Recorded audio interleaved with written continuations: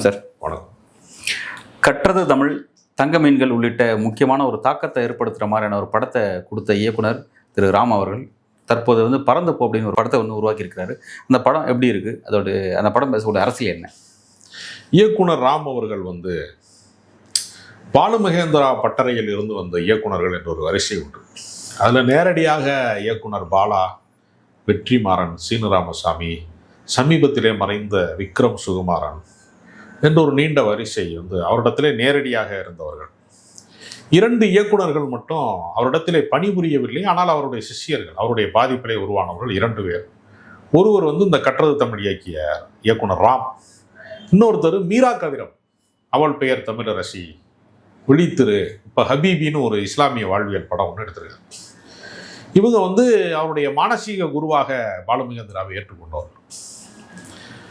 இயக்குனர் ராமுடைய படங்கள் எல்லாமே நீங்கள் பார்த்தீங்கன்னா கார்ப்பரேட் மயமானதற்கு பின்பு நடுத்தர வர்க்கத்திலே சாதாரண சூழலில் இருக்கக்கூடிய இளைஞர்களுடைய வாழ்க்கைக்குள்ள எப்படி புயல் அடித்தது, அவங்க வாழ்க்கைக்குள்ள அது என்ன விதமான தாக்கத்தை உருவாக்கியது, அதுதான் ராமுடைய எல்லா படம். கற்றது தமிழ்ல நீங்கள் பார்த்தீங்கன்னா ஒரு MA தமிழ் படித்தவன் ஒரு பாண்டி பசார், ரங்கநாதேந்திர மாதிரி, டி நகர் மாதிரி ஒரு ஏரியாவில், ஒரு மார்க்கெட் ஏரியாவில் கட்சி புத்துட்டு இருக்கான். தமிழ் வழி படித்தவன் ஒருத்தன் வேலை வாய்ப்பு இல்லாமல் கட்சி புத்துட்டு இருக்கும் போது ரோட்டில் ஒருத்தன் இங்கிலீஷ் மீடியத்தில் படித்தவன் சாஃப்ட்வேர் கம்பெனியில் சில லட்சங்கள் சம்பளம் வாங்கக்கூடிய இடத்துல இருக்கான். 2 பேருமே ஒரே வயதுக்காரங்க, ஒரே வாழ்க்கைக்கு சொந்தக்காரன். ஒருத்தனுக்கு வாழ்க்கை இன்னவாக இருக்கிறது, ஒருத்தனுக்கு வாழ்க்கை இவ்வளவு வேறுபாடாக இருக்கு. இதுக்கு என்ன காரணம்? பூர்வ ஜென்ம புண்ணியமா, கர்மாவா, விதியா என்று கேட்டால் இதற்கு பின்னால் ஒரு அரசியல் இருக்கு. கார்ப்பரேட் அரசியல் தான் இதை தீர்மானிக்கிறது. யாரை எந்த இடத்திலே வைக்க வேண்டும் என்பதை கடவுள் தீர்மானிக்கவில்லை, கார்ப்பரேட் அரசியல் தீர்மானிக்கிறது, முதலாளித்துவம் தீர்மானிக்கிறது, பணக்காரர்கள் தீர்மானிக்கிறார்கள், இங்கு சில நிறுவனங்கள் தீர்மானிக்கிறது, அரசியல் தீர்மானிக்கிறதுங்கிறது தான் கற்றது தமிழ். அதே மாதிரி நீங்க பார்த்தீங்கன்னா அவருடைய பல திரைப்படங்கள் அந்த உடல் சார்ந்த சில குறைபாடு உடையவர்களுடைய வாழ்க்கை குறித்த படமாக பேரன்பு என்கிற படம், மம்முட்டி வச்சு வந்த படங்கள், அது மாதிரி தங்க மீன்கள், இது எல்லாவற்றையும் விட தரமணி ரொம்ப முக்கியமான படம். என்ன காரணம்னா, படித்த பெண்கள் வேலைக்கு போனதற்கு பின்பு ஆண்களுடைய உளவியல்ல பெண்கள் அடைந்த சமத்துவம் குறித்து, அல்லது பெண்கள் தன்னை விட கூடுதலாக சம்பளம் வாங்குறாங்க, முக்கியத்துவம் பெறுறாங்க என்பது குறித்து ஆண்கள் மனதில் என்ன விதமான அழுத்தம் ஏற்படுகிறது, அதை எதிர்கொள்ள முடியாத அவருடைய காதல் வாழ்க்கைக்குள்ள, கணவன் மனைவி உறவுக்குள்ள என்ன மாதிரியான பிரேக்கப் வருது, அவன் எப்படி அதை எடுத்துக்கிறான், ஒரு பெண்ணுடைய வளர்ச்சியை ஒரு ஆணால ஜீரணிக்க முடியாத இடம் எது என்ற ஒரு இடத்த தரமணிங்கிற படத்தில் ஆண்ட்ரியாவுடைய நடிப்பில் அவர் எடுத்திருந்தார். இப்படி ஒவ்வொரு படத்தையுமே பொலிட்டிக்கல் படமாக தான் அவர் அட்டன் பண்ணுறாரு. தங்க மீன்களுமே நீங்கள் பார்த்தீங்கன்னா ஒரு குழந்தை படிக்க போகிறதுல ஏற்படக்கூடிய ஒரு கற்றல் குறைபாடு அல்லது ஏதாவது ஒரு சின்ன மைனஸ் இருக்கிற குழந்தையை நம்ம என்ன பாடுபடுத்துகிறோம், குழந்தைகளின் உலகத்தை நம்ம எப்படி பறித்து வச்சிருக்கிறோம். அந்த குழந்தைகளுக்கு பட்டாம்பூச்சி பார்க்கிற வாழ்க்கை இல்லை, நதிகளோட போய் நீந்துற வாழ்க்கை இல்லை, காடுகளை ரசிக்கிற வாழ்க்கை இல்லை. நீங்கள் முன்னாடியெல்லாம் பார்த்தீங்கன்னா 80களில் பிறந்த குழந்தைகளில் போய் என்ன செய்வான், கொஞ்ச நேரம் போய் விளையாடுவான், கபடி விளையாடுவான், எங்கேயாவது போய் ஒரு தேனடையை கல்லை விட்டு அடித்து எடுப்பான், கொய்யாப்பழம் பறித்து சாப்பிட்டு வருவான். இந்த மாதிரிலாம் ஒரு வாழ்க்கை இருந்துச்சு. இப்போ எல்லாமே நீங்கள் பார்த்தீங்கன்னா சூப்பர் மார்க்கெட்டில் தான் கொய்யாப்பழத்தை பார்க்குறான். அவனுக்கு மரத்தில் இருந்து பறிக்கிற வாழ்க்கை அவனுக்கு இல்லை, இயற்கை சார்ந்த வாழ்க்கை இல்லை. இப்போ ஒரு கணவன் மனைவியாக இருக்கிறவங்க அதிகபட்சமாக ஃபீஸ் கட்டி ஒரு குழந்தைய படிக்க வைக்கிறங்கிற பேரில் ஒரு நவீன சிறை வாழ்க்கை மாதிரி அவனும் ஃபீல் பண்ணுறான். இவங்க அவனுக்கு ஃபீஸ் கட்டணும், EMI கட்டணும், அது நடுத்தர வர்க்கத்துடைய குடும்பத்தினுடைய சுமைகளுக்காக மனைவி ஒரு இடத்துல வேலை பார்க்குறான், வெளியூரில் போய் கணவன் ஒரு இடத்துல வேலை பார்க்குறான், குழந்தை தனியாக ஆன்லைன் கிளாஸில் அவன் என்ன பேசுகிறாங்கிறது புரியாமல் இருக்குது. இந்த வாழ்க்கைக்குள்ள குழந்தைகள் தங்கள் உலகத்தை எப்படி தொலைத்தார்கள், தொலைக்க வச்சது யார்?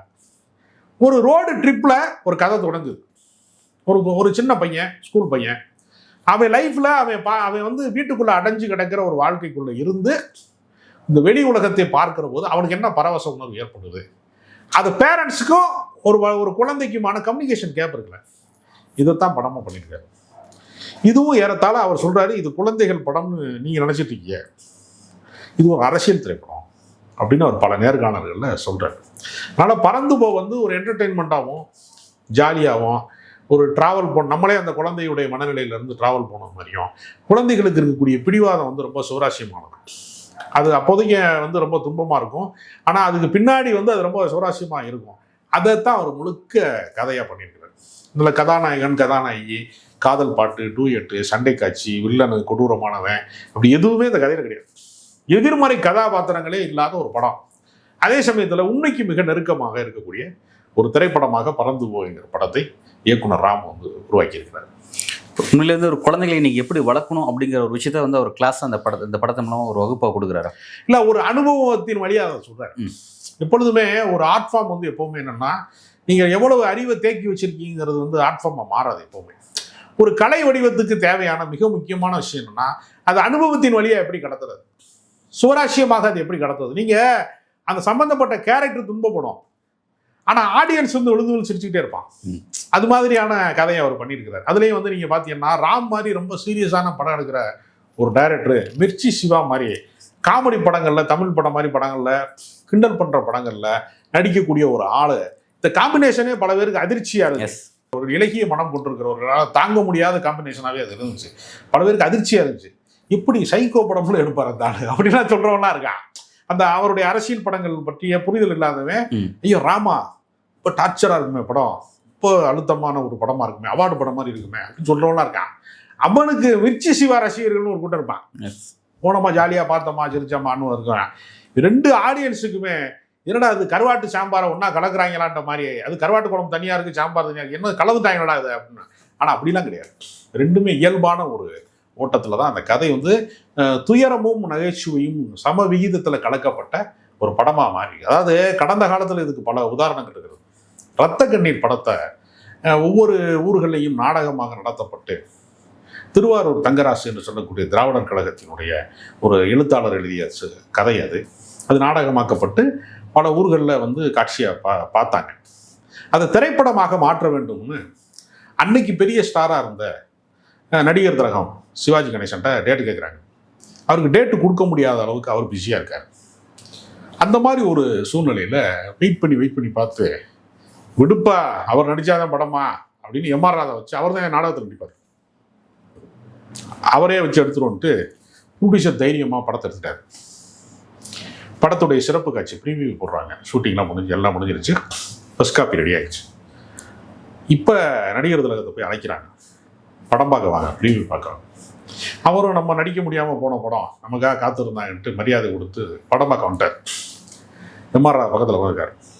படத்தை முழுசாக பார்த்துட்டு சிவாஜி கணேசன் சொன்னாரா, நல்ல வேளை அந்த படத்தில் நான் நடிக்கலை, நான் நடிச்சிருந்தா லிட்டராக கண்ணீரோட விட்டுருப்பேன் எல்லா பிள்ளைங்க. ஆனால் துயரத்துக்கு நடுவில் ஒரு நகைச்சுவை காட்சியை உருவாக்குறது இருக்குல்ல, அது எம்ஆர் ராதா ஒருவனுக்கு தான் சாத்தியம். எம்ஆர் ராதா குரலில் சிச்சிரிராம் பாடும்போது இருக்கக்கூடிய ஏற்ற இறக்கம்லாம் டயலாக் பேசும்போதே வந்துடும். அப்படி ஒரு குரல் உலகத்தில் எவனுக்குமே கிடையாது. குரலில் ஒன்று ஓங்கி கத்தலாம், வந்து ஒரு மென்மையாக பேசணும், அவ்வளோதான். ரொம்ப போனால் ஆரோகணம் அவரோகணம் மாதிரி ஏற்றலாம் இறக்கலாம், அவ்வளோதான் முடியும். ஆனால் குரலுக்குள்ள வினோதங்களை மாற்றுவது இருக்கிற, இங்கே உடைஞ்ச வளையல் துண்டையெல்லாம் ஒன்றா போட்டு கனடா ஸ்கூலில் பார்த்தா ஏகப்பட்ட வானவில்கள் தெரியும்ல, வண்ணத்து பூச்சிகள்லாம் தெரியும்ல, எத்தனை மின்மினி பூச்சிகள் பறக்கிற மாதிரி இருக்கு, ஏதோ வித்தியாசம் தெரியும்ல. அந்த குரலே ஒரு கலைடாஸ்கோப் தான் எம்ஆர் ராதா. அது மாதிரி துயரங்களை நகைச்சுவையாக மாற்றுகிற வித்தை இருக்குல்ல, அதுதான் பறந்து போ படத்தில் ஒர்க் அவுட் ஆகிடுக்குன்னு நினைக்கிறேன். இந்த படத்தில் ராம் சொல்லக்கூடிய அரசியல் ஆடியன்ஸ் சரியாக போய் சேர்ந்துருக்கா? மக்கள்கிட்ட இந்த படத்துக்கான வரவேற்பு எப்படி இருக்குது? இந்த படம் வந்து வழக்கமான சினிமா சேனல்லையே இல்லை, இந்த மாதிரி படத்தை எல்லாம் பார்க்க மாட்டாங்க என்று சிறப்பு காட்சிகளிலேயே ரகசியமாக சில நண்பர்கள் எனக்கு முணுமுணுத்து கொண்டார்கள். ஆனால் எனக்கு படம் பிடித்திருக்கிறதுனாலும் பல பேர் என்ன சொன்னான்னா நெகட்டிவாக தான் சொன்னான். ஆனால் அதுக்கு நேர்மாறாக திரையரங்கத்தில் இன்னைக்கு வந்து நல்ல படம்னாலே பறந்து போதான் நல்லா இருக்கு என்று ரசிகர்கள் வந்து பார்க்கறதுக்கு விரும்பக்கூடிய படமாக அது மாறிவிட்டது, வெற்றி படமாக மாறிடுச்சு. அதுக்கு என்ன காரணம்னா, சமீபத்தில் வந்த எல்லா திரைப்படங்களும் திரை முழுக்க ரத்தம் தெரிக்கிறது, துப்பாக்கி வெடிக்கிறது, ரேப் சீன்கிற பேரில் கதறல் சத்தம் கேட்கறது. திரையரங்கம்ங்கிறது இன்னைக்கு என்ன ஆகி போச்சுன்னா ஒரு வதை கூடார மாதிரி ஆயிடுச்சு. ஆக்ஷன் படங்கிற பேரில் போர்க்கள காட்சிகளை விடவும் அதிகமான வன்முறைகளை நார்மலைஸ் பண்ணக்கூடிய படங்களை பார்த்து பார்த்து விரும்பி போய் ஃபேமிலி ஆடியன்ஸ் படம் பார்க்க முடியாது, பெண்கள் படம் பார்க்க முடியாது, குழந்தைகள் பார்க்க முடியாது. ஒரு ரத்த வெறி கொண்ட ஒரு இது. அப்படிப்பட்ட படங்களாக ஆக்ஷன் படங்களை பேரில் நம்ம மூளை முழுக்க ரத்தத்தை கொட்டி தீத்துட்டாங்க. அதுக்கு நடுவில் ஒரு இளைப்பாறுவதற்கான படமாக அது வந்ததுனால ஆடியன்ஸ் இந்த படத்தை கொண்டாடுகிறார். நல்லது, நன்றி சார்.